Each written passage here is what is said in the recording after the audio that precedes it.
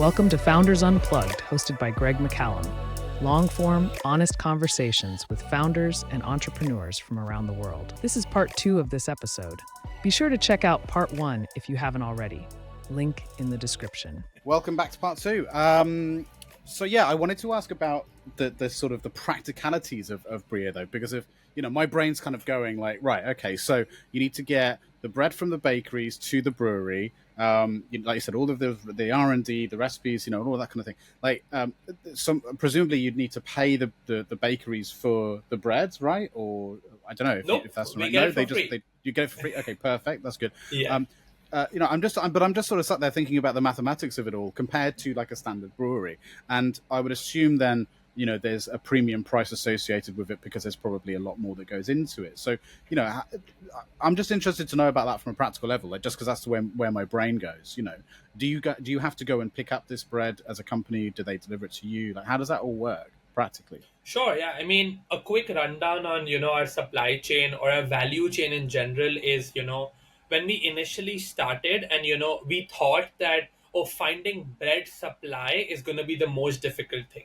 But turns out that was the easiest thing because Right. everyone has so much bread wastage that everyone was willing to give you bread because they're already donating to tons and tons of charities in Hong Kong and things like that. And even after that, there's so much bread wastage that all of that bread is basically going to the landfills. Once the charity takes it and things like that, they're anyway going to send it to the landfill, right? So now for them to pay someone to actually take it to the landfill is a cost. They're already paying someone a cost to take it to the landfill. So we say that why don't we take over that cost and you basically give us that. So we take that bread for you. You don't have to give that cost, but we don't pay for the bread and we get the bread for free. So that's how we get the bread for free. Initially, what we were doing is because we were university students and we had access to tons and tons of students who were willing to help out for free. So what we would do is we would have students actually go out to so many of these different bakeries, collect bread for us, and then bring it to a central warehouse from where it will go to a brewery. Now, initially for the first year and a half when we were very small in scale, that worked out really well for us because we were not doing a lot of scale, things were okay. But once we started brewing at scale, like 35 hectoliters, 40 hectoliters, 50 hectoliters, like big sizes in terms of batch size, then we were like, okay, this is not sustainable because then people will have to be collecting bread all day in and out to be able to get that much bread. So then we were like, we need to find corporate partners who are willing to help us in this journey. And that is when we knocked doors for, like all the big bakery chains, at least in Hong Kong, where we were like, you want to do something together where you can make a PR activity out of it, that, you're helping a young startup and we can get the bread. So our biggest partner in this journey has been a company called Maxims, which is basically Hong Kong's largest F&B group, and they own like 80% of Hong Kong's bread supply chain. So the two ways we work with Maxims, we started working with Maxims in a way that what they would do is they would internally collect surplus bread from all their stores on Monday, Tuesday, Wednesday, and Thursday. And then every Friday, they would bring it to a central warehouse from where we would collect that bread and it would go to the brewery. So that eliminated a lot of that last mile logistics for us.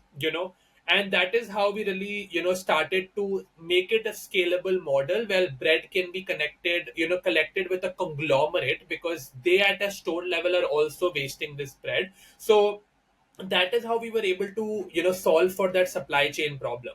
But how our business model really took off is when Maxims saw that we are taking their bread and making beer out of it. Maxims was like, why can't you take this bread and make a beer for all of our restaurants?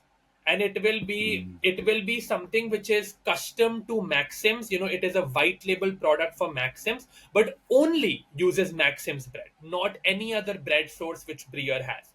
And that is where the second model came into place, that we will collect the bread only from Maxims and then make a beer only for Maxims, which will sell in like 200, 250 of their restaurants in Hong Kong. So that is how we were able to solve for the supply chain problem.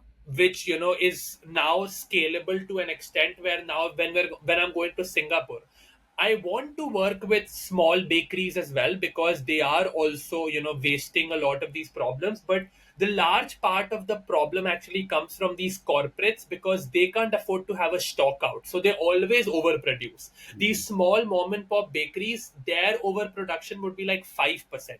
Corporates overproduction is 40%, so that's the main chunk of the problem which we need to target. So when I'm going to Singapore, I'm speaking to Bread Talk, I'm speaking to Tiang Baru Bakery, which is their local bread chains. And same model, you get a PR story to tell, you get a marketing story to tell, we get the bread for free, you help us, we help you. So it's a win-win situation, and that's how we're able to get a lot of these corporates on board and really like ease out our value chain from a bread collection perspective. So we get the bread for free, and that cuts down our manufacturing cost, because we Mm. don't buy the barley, so that cuts down our manufacturing cost. But then we're a socially responsible company, we don't want to cut corners, and we don't want to be hypocritical or greenwashing. So if you buy our can, the can is made out of recycled aluminium, which is more expensive than normal aluminium. The label on the can is printed on soy based ink, it's not using normal ink. And then we have like a pledge of 1% to the planet, where 1% of our profits are also donated back to charity. And then we pay all our contract workers 1.5 times minimum wage. We don't pay anyone minimum wage, because that's not the way to do business. So all of these things try to make our value chain responsible. We're not only a sustainable product, we're a sustainable company. And that is what we really want to do with anything which we do in life, that it has to be across the spectrum, not only what people see. So that is why our products are a bit expensive. Like if a product is 16, probably ours is 18. But then the people who care about this don't care about the $2 for sure. Yeah, because they're buying into the vision and the mission, not just the product. Yeah, which is what I assumed to be the case. That's amazing. That's amazing. You're actually drinking your own Kool-Aid. You're practicing what you preach, right? And you've got to be doing it consistently across the board. Otherwise, what's the point? Yeah. Yeah, look, I want to ask maybe a bit of a tough question for you, because I'm just really curious, because I know I think I kind of know the answer for myself, but I want to know from you. You obviously explained about your upbringing, how you kind of injected with the entrepreneurial spirit from a very early age. But I'm just curious, like, why do you think you're driven to these social impact type businesses in the first place? Or what caused that? What is the part of your psychological makeup that makes you so driven to solve these kinds of problems, do you think? Yeah, I think it is a cliche answer, but I will have to honestly go back to my upbringing as an individual, Mm, because what I've seen, like my father, like even though he's doing very well in life, it's the humility which kept him grounded. And it's the fact that, we as a family do so much philanthropy. Like on my birthday, every day, my birthday is 14 June, every day, every birthday which I've celebrated till 23 years, we feed 101 kids, who were underprivileged every year on my birthday. Why do we need to do that? There's no reason. But I've seen that while I was growing up, that there are people like, we complain about problems in our life. We don't have any problems. There are people who live with so much more problems than yeah. we do. And we are not doing anything for them. So I feel I'm extremely privileged. I got to study at an amazing institution. I have, like, I don't have a money issue at all. Like, yes, I am financially independent, but the day I have a financial issue, I can always fall back upon my parents and my Mm, father if I need anything. So I'm not deprived of anything, so the people who are actually genuinely facing problems, or from a climate perspective, the world is facing a problem. My generation will be the biggest sufferer of this problem of climate change and sustainability. So I feel just it is a responsibility for me to do something about it. Like, why should I wait for someone else to do something about it, or governments to do something about it? And I'm a strong believer of the fact that the reason why so many of these problems exist is because of capitalism. We kept maximizing shareholder value, profit, and in that pursuit of profit, somewhere purpose got left behind. you know Mhm. the way to do responsible business was always to balance your profit and purpose. And I always say this, like the one mantra which we believe in Breer today, and anything which I will start in the future, will be the triple bottom line: balancing people, planet, and profit. Like, these three things, if someone can align on these three things, then only they're building a business which is like meant for future destiny, basically. So So do you think that that's the solution to much of the world's problems in through the lens of capitalism? Is just to look at it 100%. as not replacing capitalism necessarily with a new structure, but actually just improving on the existing one, a more responsible 100%. capitalistic. Like the whole problem with NGOs today, like, yes, I'm altruistic, yes, I donate back to NGOs, but the whole problem with NGOs is that they're dependent on someone else giving them money. So Right. they're not someone who can really be aggressive with the change they're trying to create. And Mm. that is why, when you're driven with the motivation that you can earn money, you can do well for yourself, your company, your employees, but at the same time create an impact, that is what will keep you driven. Where you don't have to depend on another company, another person, another government to give you money to further a cause. You are earning money by everything you're doing which is furthering the cause you started with. So I think the whole model of NGOs is good, but it's flawed because they're Mm. dependent on someone else for money. The whole idea is that it has to be solved with social entrepreneurship. And that's, like, first of all, I have a very big pet peeve with calling it social entrepreneurship, because it is entrepreneurship. You're solving a problem. It's just that you're not solving a tech problem or a fintech problem, or like something which is fancy, or a social media problem. That's why it's called entrepreneurship. But It's a real problem. exactly, Yeah, which is yeah, so why is not a this first social world problem. entrepreneurship? Exactly, Yeah, why is yeah, this social entrepreneurship, and why is starting a Facebook not social entrepreneurship? right. Both of them are solving a problem. Facebook is basically connecting people sitting in different parts of the world, right? You're solving a Mm. problem. I'm solving the problem of food waste. We're both entrepreneurs. Why am I a social entrepreneur?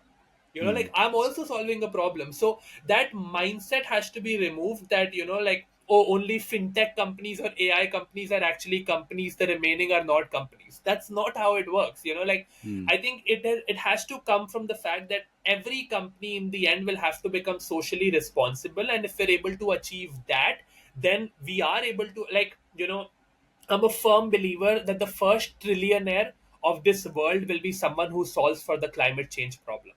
Someone Mm. who is able to really find a tangible solution. Like Elon Musk with Tesla, at least he's making a change, right? So there is something happening there. So he is on that progress. But someone who really solves this problem from an energy transition perspective, carbon emission perspective, that will be the person who really, hits it out of the park.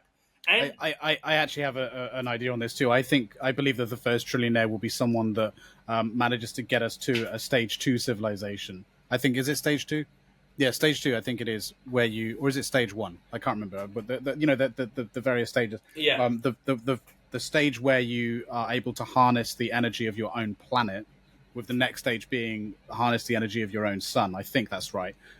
So I think it's the person who's able to do that. And I saw something recently exactly. about this, where there is a company that has found a way to drill down to parts of the earth that hasn't been done before, where we could potentially start harnessing the energy of the core of our planet.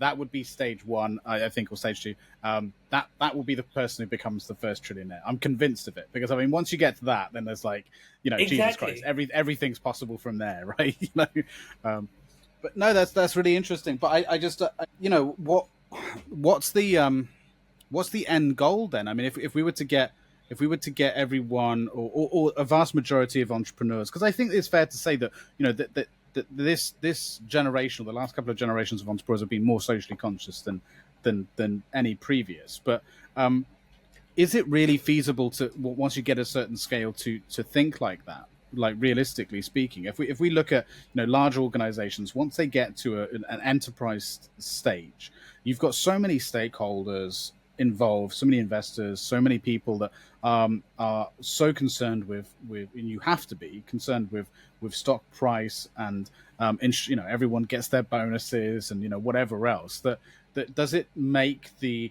other two parts of thinking about people and society less tangible? Like, is the model of a business itself inherently broken once you get to a certain scale, that means you can't really do the things that you're talking about? It's easy to do when there's 10 of you, right, is my point, or 20 or 50, but once you start getting to 1,000, 10,000 employees globally, it becomes a different beast entirely, right? Sometimes isn't greed what you need in order to survive competitively in an environment where everyone else is out to get you? For sure, but you answered the question in the last statement, right? When I think so too, everyone is out to yeah. get you. Right. But when everyone is trying to make sure that they're also doing their bit for the society, then everyone is not trying to get you. Everyone is trying to actually work on their own agendas. Yes, you could be But there will competing always be organization. competitors, right? Yes, There'll always for be sure. competitors. So that's what I mean by everyone's out to get you. Like, there's always going Yeah. to be those that if you fall asleep at the wheel, someone's going to try and take what you're missing out on. So if to keep the competitive edge, you need to make sure you're paying those bonuses, you're cornering every part of the market. Like, you need to be greedy Yeah. to an extent, right? No, That's kind for of me sure. playing devil's advocate a little bit, I suppose. 100%. No, I agree with you. Like, the Yeah. model of business is meant in a way that you should be making profit.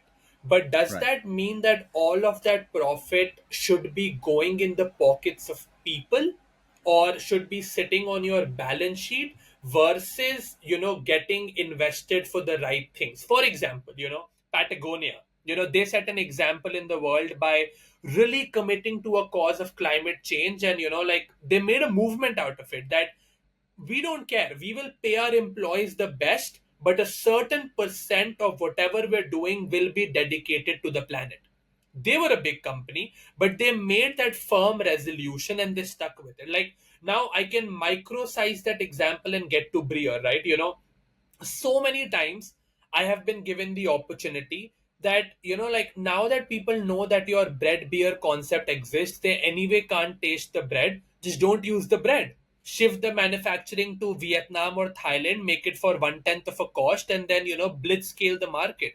But I'm like, that's not why I started this company. You can give Mm. me an opportunity to greenwash, but if my fundamentals and my values are clear that I don't want to greenwash, then I will not do it irrespective of what. Yes, will that make me 10x more profitable?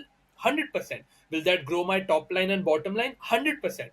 But that's not what I want to do. So I think when this foundation is very clear from that, early stages of, any company becoming big, if they know that they're very clear in their specific foundation, then they will do it. Like, I'm a firm believer of the fact that all of it is to do with how you started and how you will take certain decisions. Yes, there will always be investor pressure, but I'm telling you, investors are also at the behest of someone else. So Mm.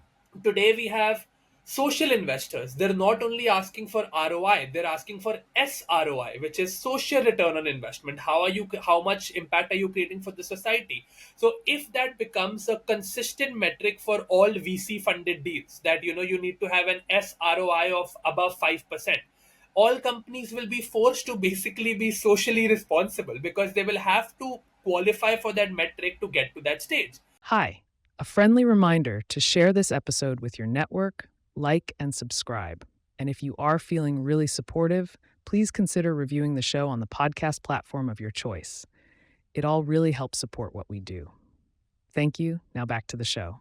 So I think it is an environment where governments, corporations, industries, organizations all will have to act together to make this change. And I don't see this change happening for the next 10, 12 years, because it's still the old people at the wheel. And for them, it's not their problem, because they are creating the problem for us to be at the wheel and how we will have to face this problem. But I do believe that our generation will not sacrifice purpose for profit, because we know if we sacrifice it, we will face the brunt of it, not the next generation. We will be the suffering generation from it, and that's why I don't think so we're gonna, like, trade that off for more profit. Yeah, I mean, I think I agree with what you've said. I suppose I'm always trying to sort of balance that with what I think the counter could be with that, right? So, like, I've had people on this show before who I think would have described some of the things that you've said there, and I always want to try and sit in the middle somewhere and kind of trying to get every side.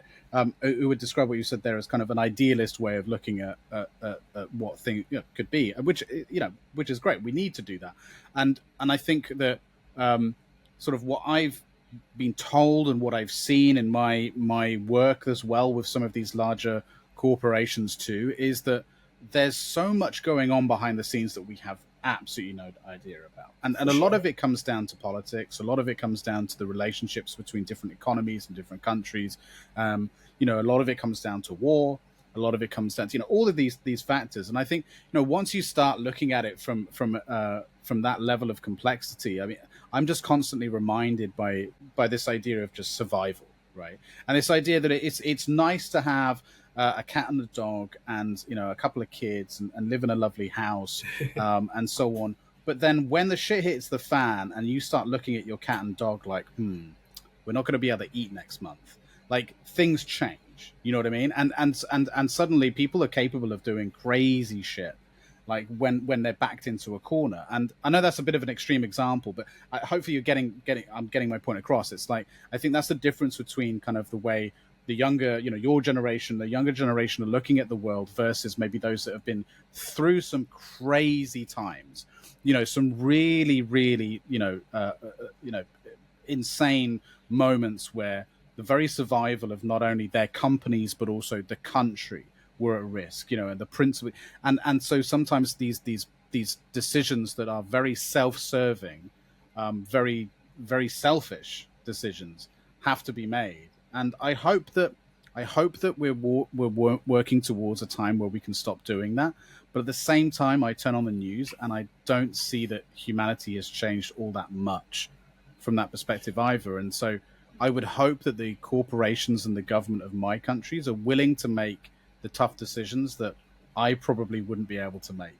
You know what I mean? Yeah. I think I will just say one thing to it. You were bang on correct when you said it is about survival.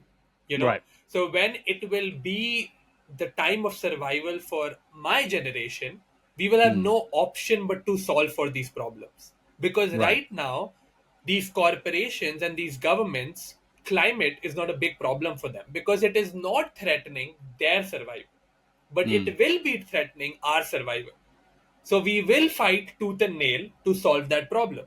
The point is, can we realize that earlier and try to fight for it earlier rather than being, responsive? Can be precautionary. Can we take the precautions rather than responding when, shit hits the fan or shit hits the roof, So unfortunately, I think, as human beings, we've always been much better at just responding to things as and when they happen, exactly.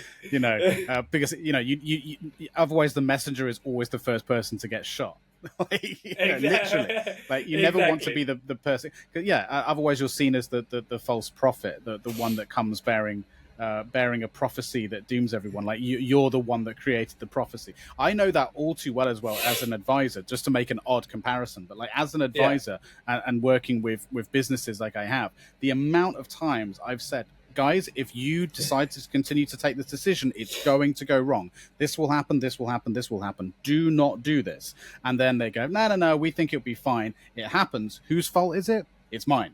Because I'm the one that, like, you know what I mean? Like, you call it into being, like, 100%, so it's a similar kind of thing, right? But yeah, it's complicated, man. I don't think anyone's got the solution for it, to be, well, I think, no, that's wrong. I think there are many people that do have the solution for it.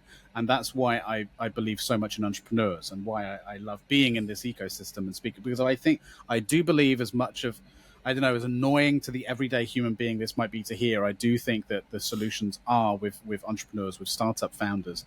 And while there are many, many of us that are just in it for the money, I think there are many more that are in it to make a measurable impact, like yourself. So I think that that's where we win, right? We just need more innovation. I know I asked you the question earlier, I think maybe in part one, about why do you think you do what you do? But I'm just curious. You kind of answered that question by saying, it was your upbringing, but but beyond just the impact that you can have on future generations and on the world, what do you get out of it on a sort of more personal level, like day to day? What do you take away from this kind of work that you're doing? And I assume you've probably got 1,000 other ideas that, as well, too, that you'll probably one day get to. What do you get out of it, on a really one, day to day, minute by minute basis that keeps you going? I think it's that feeling of satisfaction. It is that feeling, I told you about the two anecdotal responses initially when we were talking about my first two companies as well, right? Mm. Like every time when someone says, wow, this is something which I've never heard of before, or this is something which is so different and doing so well for the environment, or, the fact that the environment minister of Hong Kong is, like commending us for the impact which we've created in Hong Kong. So I think it's the recognition and also the appreciation that your work is actually creating change. But I think what I will also add to it is, the reason why I love doing what I do is because the people I do it with. I think that is something which people discount a lot. Everything I've done ever in my life, my first two companies, Breer, and so many other things I'm involved in today and have been in the past as well. All of it has been that experience of, going back to work tomorrow is also enriched by the people who I am doing it with and how passionate they are. And, like if I decrease my passion, I will be letting those people down as well. Like that is something which really drives me forward. Like, apart from Breer, one thing which I'm really proud about what I was able to do is, so 2015, 2016, with the high school investors idea, I participated in a entrepreneurship competition meant for high schoolers. And that competition taught me so much, like how to make a pitch deck, how to pitch to investors, like all the things which are actually needed in business. And I was like, why are these opportunities for high school students not that frequent? Why do we start everything from university or even after university? Like age is just a number, right? I started my first company at 13. Why can't other students be got like given that opportunity? So I had that seed, but it was up until COVID where I did not do anything on it. But it was COVID. I did have a lot of time because university was online. So it was like, it was basically nothing was happening. So I did have a lot of time. I was like, what can we do? So this idea came back to me that I want to start something where we can get a lot of high school students together and build something where they can learn about entrepreneurship and get a platform to actually work on entrepreneurship. The first three people I call my three best friends. Like my humbling sensations, my people who are hustlers, who they're not smart workers, they're pure hard workers. If I tell them to work at till 6 a.m. in the morning, they will work till 6 a.m. in the morning. Pure hard workers. And we were like, let's build a community and a competition for high school students where it will not only be a competition, but it will be a month of students learning from the best experts, the best community people about entrepreneurship, pitching, finance, accounting, legal, everything.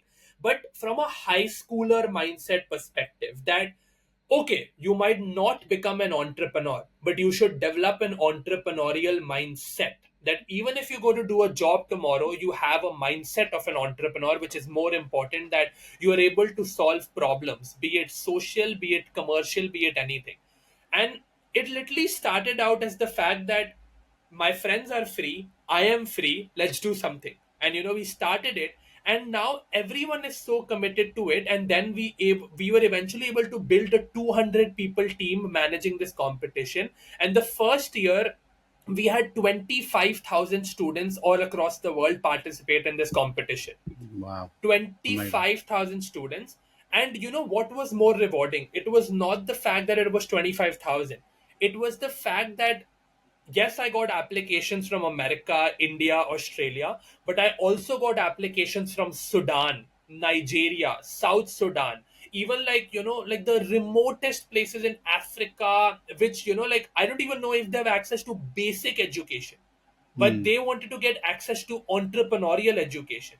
And when these students were able to learn about entrepreneurship, that is when I felt I won in life. Like mm, I'm able to create 500 mini me's, who are passionate about solving a problem for the world. And that is mm, where I felt that, if someone in Africa is now aware about what entrepreneurship is and how can they solve problems, so many of the of African problems can be solved by entrepreneurs sitting in Africa. mm. So that was something which, really, was like I was so passionate about. And then we ran it for 2 years, and now it's being done by a student club out of Harvard. We passed it on to a student club which runs it out of Harvard. And it was like, there was, my vision became fulfilled, that I was able to, across 2 years, I was able to build that entrepreneurial mindset amongst 40 to 50,000 students across the world. And Mm. now, even out of that, if I get 400 to 500 entrepreneurs out of that, we made a dent in this world with Huge something which then. we'd only did for two Yeah. years. Huge then.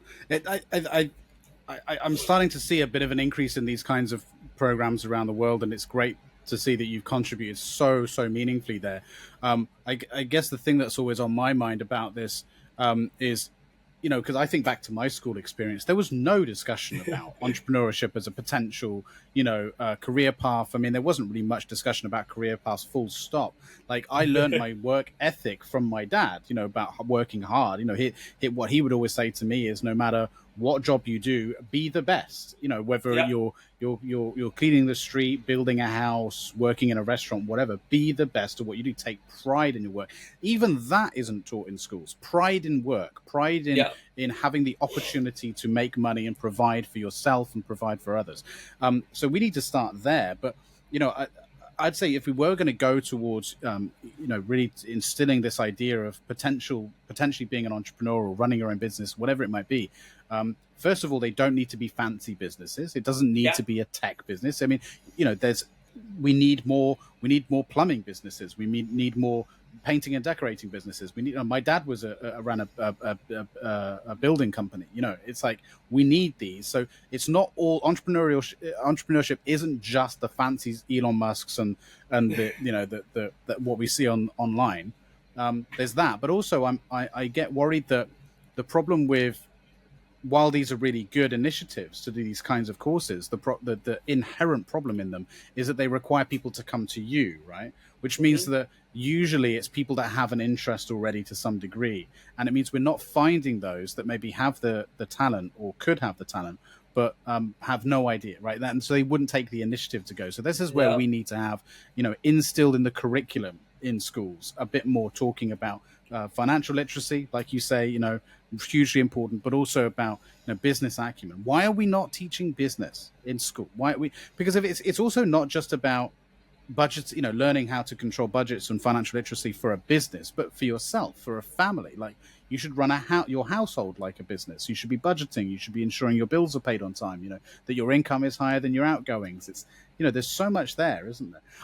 And personally, I think two skills, sales and negotiation, are Right. Yeah. skills Yeah. which are 100%. applicable everywhere in world. Every Absolutely. conversation today in the world is a negotiation. Yeah. Like every conversation, even with my girlfriend, my wife, my mother, my Mm. dad, every conversation is a negotiation, right? So I think these two skills are really important. But what 100%. I Yeah. what I will tell you is, there are governments and there are companies and organizations which are actually waking up to the cause. Like, I helped the Delhi government. The Delhi government, like India, we anyway have a very terrible public education infrastructure. But the Delhi government, the state I come from, the national capital of India, they have a very big emphasis on education. They started this program where, exactly how you said, like integrating entrepreneurship in the curriculum. It was called Entrepreneurship Mindset Curriculum, where the government formed teams of five and gave them each a small amount of money that go start a company. It could be a dry cleaning business, it could be a rag picking business, it could be anything. But go and earn money from the money we gave to you. And Mm. then I was involved in making a whole curriculum and then also a framework as to how we can judge their businesses. And these are like, this is a son of a vegetable vendor, this is the daughter of someone who drives like a three wheeler. Like, these are actually really, like poor people who come from a backward section of the society. But you would see their kids pitching and talking about lean business model canvas, or like Mm. profitability or top line, and the fact that they were given 10,000 rupees but they were able to make like 20x on that. And that initial boost of confidence and that initial knowledge that I will not have to ask anyone for a job, I don't have to be a job seeker, I can be a job maker, can Right. create all the difference in the world, all the difference in the 100%. possible It's world. optimism. I think that, and that's what's missing a lot of the time, especially in the conversation, which is why, as much as I appreciate your generation, the younger generation's concerns about a lot of the social issues that face the world right now, the problem with it, I find, is it can be quite a message that can be quite disparaging. It's a message that says there's no hope, like not just when talking about climate issues, but also social issues, like making people feel guilty for their race or their sexuality and things. It's making people feel like they're not worthy of even trying. And that's my only criticism really of that, that the whole movement there, because I always considered myself to be quite left in my political sort of leanings when I was younger. And the older I'm getting, the more I'm going right, because Yeah, I disagree with a lot of the ways the messages are being put across, in making people feel insignificant and hopeless. And so I think you're absolutely right. It needs to be more about, yes, there are these problems and you can solve them. So solve them, help us solve them, as opposed to, yes, there are these problems and no one's doing anything about it, and the only way you can solve it is go and protest. I'm like, yeah, fuck protesting, go and fix them. You know what I mean? yeah, for Like sure, that. for sure. And I mean, I used to be a bit of an activist when I was younger, until I got very until one day I was kind of like, why aren't we just going to try and solve the problem? Why are we like this? Like, yeah, the protest is good for certain movements, but there comes a point where I'm just like, wait a minute, I have the ability to maybe go and do something. like, Yeah, let's go and start a business and solve the problem. But yeah, and I love what you're saying about sales and negotiation too. Because that's super important. Because for me, what sales is, it's a skill level in communication. That's all it for is. sure. Yeah, yeah, yeah. So, and you're absolutely right. I mean, a lot of the problems that we see today are down to poor communication. We've always had the And problem globally of that because of sales countries. is, the whole idea of sell me this pen, like, Mm, sell me this pen. It's all about, the whole problem statement was created around the idea of empathy, that the right. best approach is you ask questions. You ask, oh, so how long have you been in the market for? What kind of pen are you looking for? Mm, Because a salesperson is first a conversationalist. They will yep. speak to you, they will try to understand the problem and then cater. And if even if they can't cater, they will project that they're catering the solution for you. And that is Mm, what a sales is. Like, you should come out of that conversation feeling like, if you bought that pen, that this was the pen made for me. And that right. is what sales is. If you are enjoying this episode and want to support the show, please like, subscribe with notifications turned on, and let us know your thoughts and opinions in the comments below. This lets YouTube know we are doing something right. Back to the show. Yeah, yeah. But what sales can be is also manipulative. as Yeah. well, which is where that power can be used in bad ways. So it may be that pen isn't for you, and you don't even need a pen, but someone can convince you to buy 500 of them, Yeah, right? for sure. And then you're like, wait a minute, what just happened? And then you feel like you've been violated, Cheated. and Yeah, then yeah. and then that's where distrust occurs after the fact. So it's it's a superpower that needs to be used in a responsible way, right? For sure, But yeah, yes. I'm constantly telling people about the value of sales skills because of it. So is so important, and especially as a founder, as you know, that skill for you as a founder isn't just important from the sense of getting early traction, but also because you're constantly selling your vision to other stakeholders, whether that's your employees, to potential investors, to potential partners, and just having that ability to communicate your passion. And right now, you clearly have that ability to communicate to me your passion and what you've done and what you're going to do and all of that. It's super important because it makes you a compelling human being. You want it so that when you open your mouth, people stop and listen, right? Yeah, And you can't do that without those basic skills. for And I sure, especially yes. like what you said about negotiation too, because you're right. Communication, conversations are usually, they're the sharing of ideas, and unless you have the ability to respectfully disagree with someone, or float an alternative, or share a different point of view and try and find the middle ground, change your perspective to be open to having your mind changed, then what are we doing here? If it's just a bunch of people doing that, I mean, you Yeah, end up getting a lot of the problems that we have now, for unfortunately. sure. You know, Yeah, for sure. but that's why I'm very interested in looking at countries like India and other countries too that have such opportunity, like you mentioned. You mentioned about Breer, looking at places like Singapore and Japan and India in the future. What excites you about the prospect of being able to replicate what you're doing here back in India? That must be a hugely exciting thing to be able to look back at your home country Yeah. and working there. So I think what really excites me about India is the demographic dividend that, the average age in India right now is 28. We're a very young country. Indians are everywhere. And what I see for the first time, like my friends in Hong Kong, my friends sitting in the US, for the first time, I'm seeing that people want to migrate back.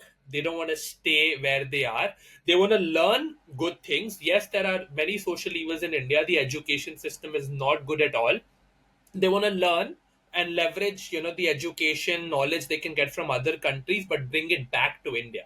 And then Like, implement it in their exactly. home country. Right. Like That's one of that's a the beautiful thing. entrepreneurs, one of the most successful entrepreneurs out of India, Kunal Shah, he delivered a lecture at Stanford. And like there were a bunch of Indian and Chinese students, as you would find in every major university, especially like Stanford. And he asked the Indian students that, what are your plans after Stanford? And they said, hey, we're going to settle here and build a family, things like that. He asked all the Chinese students, what are your plans? They said, we're going to go back and build in China. And Right. that's the difference. Like the reason why China is so technologically advanced is because people want to come back and build in China. And I think India is seeing that today for the first time with my generation, that people want to go back and build in India. We have a crazy amount of, like financial revolution. Like honestly, I feel inferior living in Hong Kong. Like Greg, I'm telling you, take a trip to India today. Everything is at your fingertips. You want a PS5, it can be delivered to you in 8 minutes. Like everything is at your fingertips in India because of the digital revolution.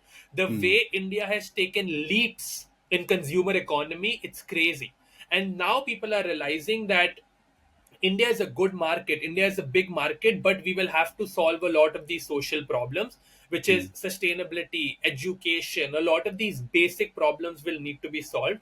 And that's why a lot of people are actually, like getting interested in sustainability, getting interested in recycling, getting interested in a lot of these factors. And that's why I think we're very keen on India. And I think one thing which is happening is India, is one of the most depressed countries in the world. In the World Happiness Index as well, we're one of the most depressed countries because we were Mm. always the back office of the world. Like people will make us work 18 hours, 20 hours, and you have no time for family, which automatically leads to, like all of these factors. But Mm. now people want to work for themselves. So people are getting more autonomy and freedom, and that happiness, that they're self-actualizing things which they wanted to do.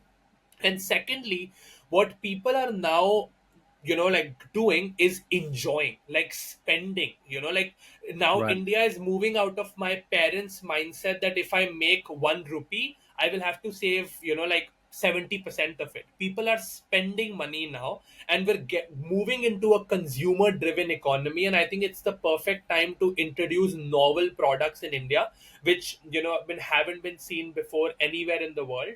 And one thing which is really big in India right now is patriotism. Like people are Mm. ditching foreign brands and people are adopting local brands. We're ditching the Nikes, we're ditching the Adidas, we're ditching everything, and we're actually trying to wear local brands, local craftsmanship, like yes, expensive, but local craftsmanship, not mass manufactured. So I think we're very big on patriotism and like the local made sentiment. And that's why Breer's model fits perfectly, because I will not make a pineapple bun beer in India. I will make Right. an Indian flavored beer in India, which is, Indian palate, Indian taste, something Mm. which Indians will celebrate. So I think it's a very deep analysis of how I understand India. And that's why I'm very optimistic about the whole situation in India, that people are going out, people want to support new companies, people want to spend money on alcohol because people are having a good time. They're working till from 9 to 6, and then they want to go out and party.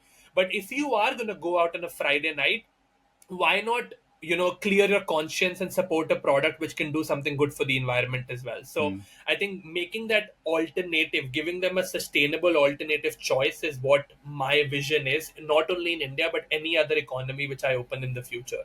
It sounds like the timing is right. Then Yeah, given everything that's going on, and it's great to hear excuse me, it's great to hear that India is becoming more patriotic in that way too. Because for the longest of times, India's always looked up to like America, as exactly. the sort of shining example of what we can achieve. And I always think it's so dangerous as an individual, as a company, as a culture, to look at something else as what you want to replicate, as opposed to looking inwardly and saying, well, wait a minute, actually, what we've got is fantastic. We need to be built on what we've got. Yeah. So that's great. I mean, I've always heard about the revolution that's happening there in terms of the sort of technological side, which I've always found Yeah. really interesting. It's That crazy. Yeah. yeah, in India, and then also continents like Africa, certain countries there really pushing the boundaries when it comes to things like payments, which I heard about years ago. Like you said, with the introduction of widespread internet access and things like sustainable tech too, which is amazing because it's like the perfect place to do that, because a lot of the places in which it's being implemented didn't have the older versions of these infrastructures. So actually, you can go in with a clean slate and You just leap. implement these. Exactly. Right, you, Yeah. you leap over it, which is fantastic. They don't have any of those inherent problems of trying to Yeah. replace an outdated system. So yeah, I think it's really exciting. I've been going down a bit of a TikTok rabbit hole recently on Indian bread, bizarrely enough, right? Just because the other day I had some roti and I was like, wow, this is amazing. I need to learn how to make this, and I started going down some recipe wormholes with that. So I've got like a lot of TikToks saved for both Indian and Japanese bread, funnily enough, as well, because Japanese do some amazing bread. Yeah. What kind of you would know the recipes and so on better, being from India yourself? What are the ones that you're most excited about using as the inspiration for some new brews? What are some See, breads? honestly, bread, I'm actually not keen on, like, bread, anything which I can get as a resource, we can use bread. What I'm more keen about is doing Indian flavors, like, because India is so Right. Okay. enhanced in What do you its mean by flavor Indian profile. flavors? What kind? Like, like I want to do a sour beer which is a chutney beer, like something which is so Indian ingrained, like say a tamarind flavored beer, like a Oh, tamarind okay. I didn't chutney know that was a flavored. thing. Okay. Yeah, so I mean, India is so diverse in its flavor profile. Like the northern part is very spicy, the southern part is very different. So like chutney, like chutney is something which is like pickle or sauce. Like for the Western world, it's pickle or sauce. In India, it's chutney, and you can do so many different flavors. Like tamarind is a heavy source in all of these chutneys. Why not Hmm. something there, like an Indian dessert, like gulab jamun, or like something like that, a sweet beer which is very specific to that. I'm very excited to do Indian flavors. Like Singapore, I know pandan is gonna work so well because they swear their lives on pandan. They're Mm. crazy for pandan there. So, and the big advantage about knowing what you're doing rather than just being a marketing company, what I understand is once you're with there with the concept, for example, like Maxims. So Maxims in Hong Kong owns the bakery supply chain, yes. They also own over 400 restaurants. They own the Asia franchisee for Starbucks. They own the Asia franchisee for Shake Shack. Okay. Wow. So Mm. they have Starbucks, and we were just sitting with them, and they were like, "Hey, we have Starbucks, and we want to do another beer. What can we do?" And they were like, "We have this wastage in Starbucks where once we grind the coffee, there is this wastage which is left called coffee grounds. Mm. Like, what can we do something with coffee grounds?" And we were like, all this while the Guinnesses of the world and all these companies, they've been using artificial flavors to make stouts. Why not Mm. use actual coffee grounds to make a As soon stout? as you said coffee grounds, I thought stout because I've had Exactly. before some stouts made with coffee grounds. It's very, So very that's what we did. Like our second right. beer with Maxims was bread, coffee grounds together to make a stout. Brilliant. That's genius. Yeah. So when I go to India, like India will have so much wasted resources for me: fruits, Mm. vegetables, vegetable peels, something So you're not specific to just India. limiting yourself just to bread. You're going to be really looking Not at at the all. broader scope. That's Not at great. all. Yeah. Bread will be there because we're Breer, we're bread plus beer. But I want Mm. to explore Indian flavors, something curry, something fruit, Mm. something, different. So I'm very excited about what flavors we can create there and the Mm. flavors which genuinely celebrate India. Yeah. Genuinely Yeah. celebrate India, and people will again be like, hey, this is an Indian product. I want to drink this because it celebrates India. Mm. Mm. Mm. There's an attachment there. There's a Exactly. meaningful attachment there. That's exciting, man. Really exciting. I'm just gutted that I'm not in Hong Kong because I would like to try some of your beer one day. Although I don't drink alcohol anymore, I'd like to We try have the a non-alcoholic. But non-alcoholic. yeah, I'd We like to have try a the non-alcoholic one. non-alcoholic. But one day I'll get to try some when you guys grow bigger and you I can get some down the road. We've only got a few minutes left, so I just end with this. I'm just really curious to know.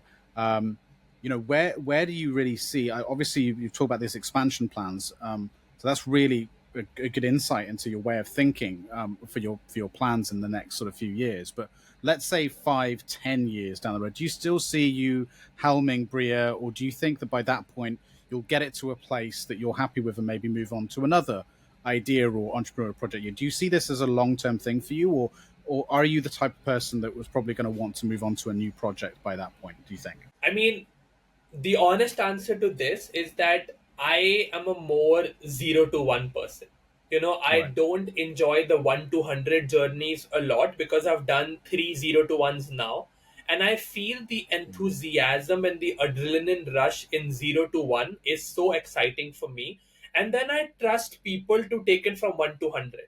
Like my real passion is to take things from 0 to 1. And that's why I don't see, like, yeah, that's why I said, like Breer eventually has to be something which cannot exist as a company but will have to exist as a concept which every brewery in the world will have to do, because it will be such a big problem and breweries can actually help to solve that.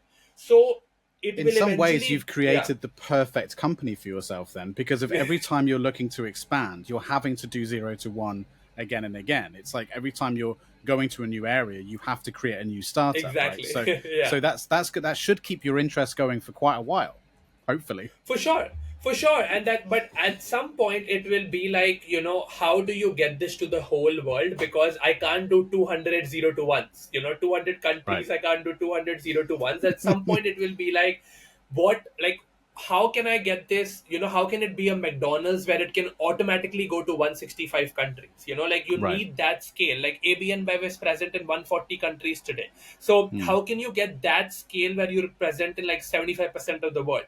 So that's why I feel this concept will be taken by somewhere else. The one thing which I feel, like, there were, we started from like steam engines, then to gas, and now we're to EV. Everything we're basically upgrading with every couple of generations. The one thing which we haven't changed for the longest time is education. Like, Mm, it's still a mm, classroom, it's still a board, it's still a lecturer, and it's still a group of students learning. One thing which we haven't been able to change is education, and that's an industry which I'm really passionate about. As I told mm, you, like, create future people who are able to do the right things in the world. So that's something which I'm really passionate about. mm. Maybe climate as well. Climate as an industry I'm really passionate about. So yes, Breer is a stepping stone, but something else, I do see myself doing something which again is taking on a problem which is very big, like something which is monstrous as a problem to solve. Education is a good example, because it's something unchanged for the last 200, 300 years. It's the Mm. same concept. There's a board, there's a teacher, and there are students. We haven't changed anything in education as of now. Yeah, So, and I share yeah, that. I share that same passion. I see myself after I've launched this startup and hopefully grown it and got to a place I'm happy with it in the next however many years. I think for me that's something that's always been on the back of my mind. And I've dabbled in certain areas of education, but I just know the problems are so deep that that yeah, it would take a big amount of well, huge amount of money, time, resources. But I think, like you, I probably would end up going back there for this, yeah. similar reasons. I think because And it for all a starts problem there, like, right? yeah, for a problem like that, you will have to approach it from a 15, 20 year perspective. Like, you Right, right. cannot approach it from a 2, 5 year perspective. Like, you will Yeah. have to go at it for 20 years to get anything out of that problem. And be looking at it as a kind of a legacy solution, like something that that you will have to find others that are going to replace you with the same level of passion, Yeah, and to continue on the mission in stages throughout that long period of time, because you never know what's going to happen. Yeah, I totally agree. We're going to have to stay on touch on that then, because you never know, right? Because for sure. I You never see know. those. Yeah, because I see only the only ways to solve those problems is through deep collaborations. I think some of the biggest problems in the world can only be solved by extraordinarily intelligent entrepreneurs working together, and For sure. instead of bringing them together just to form venture capitalist firms, or or banks or whatever. We need to be bringing them together almost as like a community to solve the bigger problems that not one founder can solve, right? That Yeah. not one innovator can solve. We need to be getting these people together in a room. So I think collaboration is the key to solving these bigger socioeconomic issues. And I have no doubt that you will, because you're an extraordinarily intelligent and engaging guy, and it's been a real pleasure speaking with you again. I'll end with one thing, Greg. You Please. said something so meaningful in the end, that it's collaboration.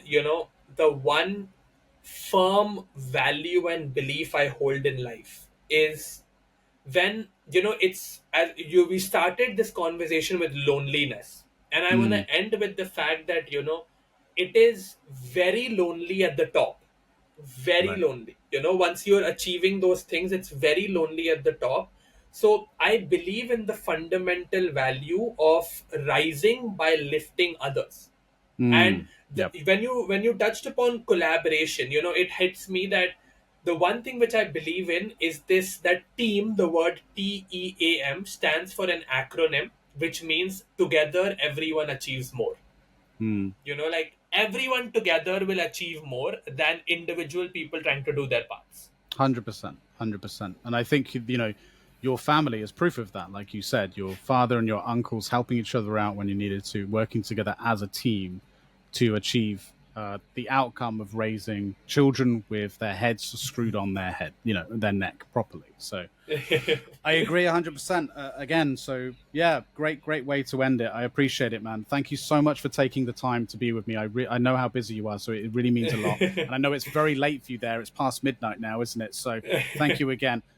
Where should people check you out, check Breer out? I'll obviously include any links you want in the description. It's Breer, BREER, which stands for Bread Plus Beer, HK. All our social medias are Breer HK. Instagram, Facebook, my LinkedIn is always open. Please reach out. And again, we're a social enterprise, so there's no competition, there's only collaboration. We love to collaborate with anyone who has a need, who has a suggestion or idea. So thank you, Greg, for hosting, and for everyone who's listening. I will only say, if you're at the crossroads of starting something or not starting something, just do it, because that's what Nike says. Just do it. Fair enough. Good message to put out there. Thanks, man. I'll put all those links you mentioned in the description below, and I hope to catch up again soon. Me and you, we should definitely Perfect. speak When again you're soon. in Hong Kong or I'm in London or UK, wherever you are, we should definitely catch up. 100%. I'd really like that. Yeah, and I want to try some of your beer. Perfect. All right, man. Take care. Have a lovely day, lovely evening, and a wonderful weekend. I'll see you soon. Thank you so much. Thank you so much. See ya. Bye-bye. Thank you for listening and or watching. Please like and subscribe. Or if you are listening via podcasting service and want to show your support, consider rating or leaving a review. It really helps. See you next week.